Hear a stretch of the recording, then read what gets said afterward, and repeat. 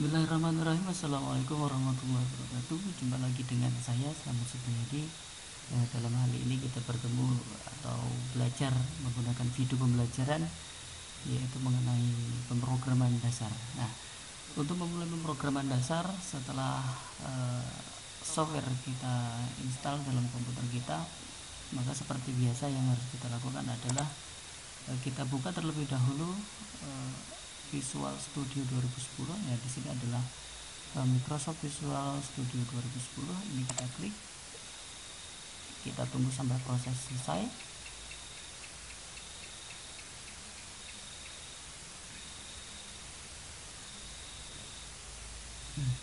Di sini saya menggunakan Visual Studio yang Ultimate. Nah, ini adalah tampilan awal dari Visual Studio, di mana di sini terdapat berbagai menu navigasi. Ada menu bar, ada toolbar, kemudian ada start page. Di sini ada new project, open project, kemudian design project, di mana di sini menampilkan project-project yang sudah pernah dibuat sebelumnya. Nah, untuk memulai project baru, kita bisa langsung memilih new project di sini. Oke, kita tunggu sampai muncul satu kotak dialog baru, yaitu kotak dialog new project. Nah, di sini yang harus diperhatikan adalah aplikasi yang akan kita buat. Nah, di sini kita membuat adalah Windows Form Application. Kemudian kita lihat di bagian bawah, di sini ada name, ada location, ada solution name. Name adalah merupakan nama dari aplikasi yang akan kita buat atau nama project. Di sini bisa kita ganti. Misal di sini adalah pertemuan awal. Di sini. Kemudian location adalah tempat di mana kita akan menyimpan dari project yang akan kita buat. Di sini bisa kita pilih browse. Nah, kemudian kita simpan di drive mana tempat kita akan menyimpan. Kalau bisa kita upayakan penyimpanannya adalah di C agar kita tidak melakukan update path-nya. Nah, setelah di C, kemudian kita buat satu folder baru. Di sini adalah kita beri nama pertemuan awal, kemudian kita select folder. Di sini name pertemuan awal, location ada di drive C, kemudian nama folder adalah pertemuan awal, solution name mengikuti nama dari name-nya ini sendiri. Setelah ini sudah selesai, kemudian ini sudah kita pastikan ada di Windows Form Application, maka yang harus kita lakukan adalah mengklik tombol OK.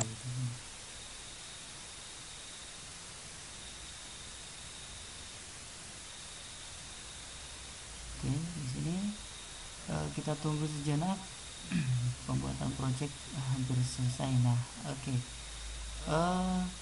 Secara umum ketika kita memulai dari project baru, maka Visual Studio akan menampilkan satu buah form designer yang baru. Nah, di sini kita bisa melakukan edit dari form ini. Yang pertama harus dilakukan adalah menampilkan project solutionnya. Di sini ada view, kemudian ada solution explorer, kemudian view. Nah, di sini kita tampilkan adalah properties window. Dan yang tidak boleh terlupakan adalah toolbox-nya, di mana toolbox di sini bisa kita tampilkan melalui toolbar gambar kunci dan palu seperti ini, atau dengan menekan shortcut key Ctrl Alt X. Oke, kita coba. Nah, untuk memindahkan daripada toolbox ini sendiri, bisa kita klik di title barnya, kemudian bisa kita geser-geser seperti ini. Oke, kita mulai desain ya, penerapan aritmatik sesuai dengan rencana pembelajaran kita. Yang harus dilakukan adalah apabila satu form sudah dibuat, maka secara default namanya adalah form 1. Nah, di sini tag kita ubah menjadi aritmatik. Nah, di sini. Oke, kita enter, maka di sini sudah berubah. Nah, ada perbedaan apabila di sini aritmatik sudah kita ganti pada teksnya di sini di properties, tetapi di bagian solution explorer masih tetap menggunakan form 1.vb, maka ini sebenarnya tidak ada pengaruh antara caption yang ada di form ini dengan nama file yang ada di sini. Nah, untuk mengganti ini bisa kita lakukan klik kanan, kemudian kita pilih rename. Nah, dalam mengganti nama form atau nama aplikasi atau nama dari form designer ini sendiri, yang harus kita perhatikan adalah ekstensi, yaitu berupa titik VB ini tidak boleh dihapus. Maka di sini kita ganti saja, kita hapus menjadi form aritmatik. Nah, di sini setelah itu kita tekan enter, muncul window konfirmasi, kita pilih yes di sini. Oke. Satu form kita lanjutkan, kita tambahkan satu label di sini. Contoh, kita klik saja di bagian label, kemudian kita arahkan pointer atau kursor pada form designer, kita klik di sini. Nah, di sini sudah muncul label 1, kita ganti tagnya menjadi nilai 1, enter. Kemudian kita buat satu label lagi, bisa dengan copy paste ya. Kita copy, kemudian kita paste di sini. Nah, di sini sudah ada nilai 2. Nah, di sini kita ganti menjadi nilai 2. Nah, setelah nilai 2 sudah dibuat, maka kita paste kembali. Nah, di sini kita buat adalah hasil. Hasil. Nah, setelah label 1, label 2, label 3 selesai kita buat, maka yang harus dilakukan selanjutnya adalah dengan menambahkan text box. Nah, di sini sudah ada text box, ada di command control. Di sini ada text box. Nah, kita klik, kemudian kita klik di sini, kita atur. Nah, garis yang berwarna ungu ini dikatakan sebagai guideline, yang tujuannya adalah apabila kita hendak menggeser ini, kemudian kita menghendaki center vertikal atau horizontalnya, maka guideline inilah yang membantu kita. Oke, ini satu text box, kemudian kita buat text box baru sebanyak 3 text box, berarti ada text box 1, 2, dan 3, kita bisa menggunakan copy paste. Oke, kita paste kembali sampai ada 3. Nah, nilai 1, nilai 2, nilai 3 sudah berhasil. Yang selanjutnya harus kita lakukan adalah kita membuat tombol dengan memilih button di sini. Kita buat perumpamaan di sini adalah tambah atau penjumlahan di sini. Oke. Tambah, setelah tambah coba kita copy paste di sini. Di sini menjadi kurang, kemudian kita paste kembali. Di sini menjadi bagi, kemudian kita paste kembali. Oke, di sini menjadi kali, kemudian kita paste kembali. Di sini menjadi pangkat atau pemangkatan. Nah, sebelum kita lanjutkan pada tahap coding, nah, tahap desain ini tidak selesai di sini, tetapi kita harus memberi nama dari setiap button. Tujuannya adalah apabila banyak button yang kita buat, maka button-button ini mudah untuk kita pahami, untuk kita cari. Nah, inilah yang dimaksud dengan salah satu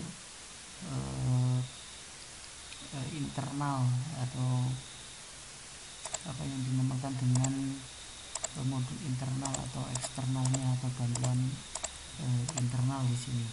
Kita pilih button tambah, kemudian kita cari pada properties. Di sini ada name. Name adalah nama button, ini adalah button 1. Di sini boleh kita ganti menjadi btn tambah. Kemudian selanjutnya adalah btn kurang, btn kali, kemudian btn bagi. Nah, di sini adalah btn pangkat. Oke. Setelah selesai untuk penggunaan aritmatik sendiri, berarti kita sudah masuk pada tahap coding. Selanjutnya bisa kita double klik pada button tambah di sini. Oke, ini adalah window kode editor, di mana ada public class, kemudian di sini ada main class, kemudian private sub, di sini ada end sub. Nah, btn tambah adalah nama dari button yang sudah kita double klik, yang sudah kita ganti namanya pada properties tadi. Oke, penggunaan aritmatik yang cukup sederhana pada Visual Studio, dimana kita akan mengetikkan penjumlahan ya, rumus penjumlahan, dimana di sini ada 3 text box. Maka kode programnya adalah text box 3 titik text sama dengan file text box 1 titik text tutup kurung ditambah file dalam kurung textbox 2 titik text. Oke. Nah, di sini sebelum kita eksekusi atau kita jalankan, sedikit penjelasan kenapa di sini dimulai dari textbox 3. Maksudnya adalah textbox 3 nanti akan berisi penjumlahan dari textbox 1 ditambah dengan textbox 2. Nah, untuk pembuktian coba kita jalankan, bisa kita pilih toolbar ini atau dengan menekan tombol F5. Oke, di sini adalah hasilnya. Coba kita buat, di sini adalah 12, di sini adalah 2, kita pilih tombol tambah. Maka di sini akan diperoleh hasilnya adalah 14. Nah, keterkaitan dengan penjelasan pada awal ya, di awal kita sudah baca sebuah video presentasi. Tujuan dari pembuatan program adalah untuk mempermudah pekerjaan manusia.